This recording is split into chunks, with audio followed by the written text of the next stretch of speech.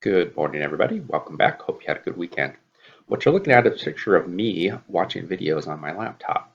I'm trying to figure out how to install an air conditioning unit, and to do that, I needed to watch a lot of videos and I needed to replay them many times and pause as I was watching them so that I could figure out what was going on. You need to do the same thing when you're watching videos. If you didn't follow what happened, then pause it, rewind it, play it again until you do understand.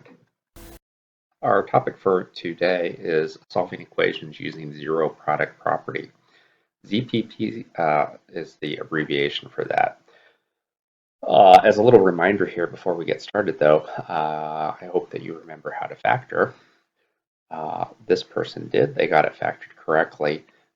With factoring, the idea is we need something that will multiply to what we started with here. So I definitely need an x times x to get my x squared.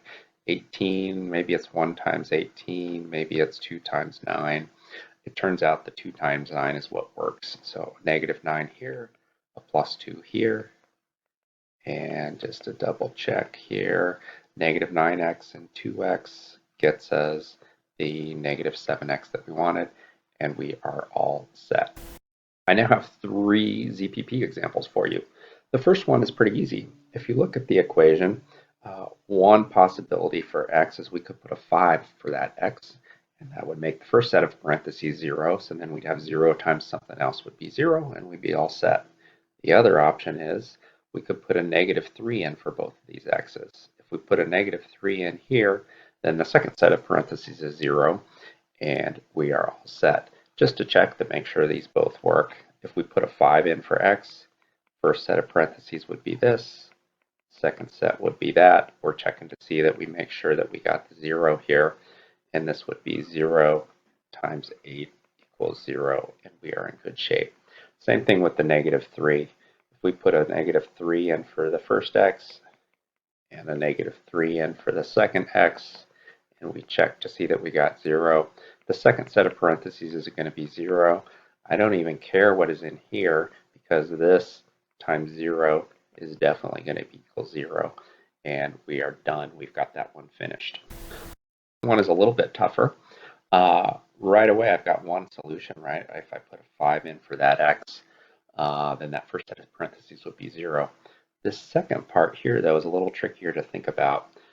To make that second set of parentheses 0, I might set up a little equation for myself. So I want this to be equal to 0. Once I have that little equation, right, usual things, subtract 24 off of each side,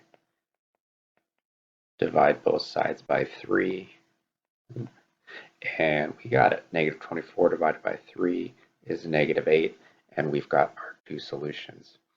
One point to keep in mind here, notice there's an equal sign here. That equal sign means that we are trying to solve this equation. If there was no equals there, then we probably would just distribute this out. All right, last example. Again, the ZPP, the Z stands for 0, but when I look at this equation here, I am not seeing any zeros in that equation.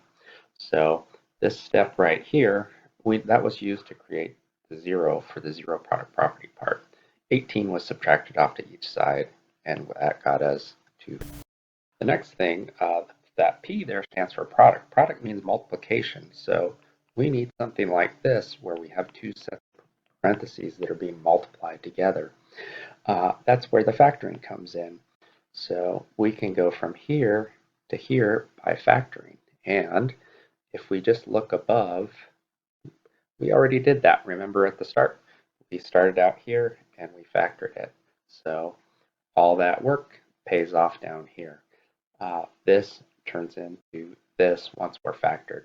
And once we're factored, now we're home free. This is like the first example. We could plug a 9 in for each x, and if we did that, the first set of parentheses would be 0, and that would make the left side 0.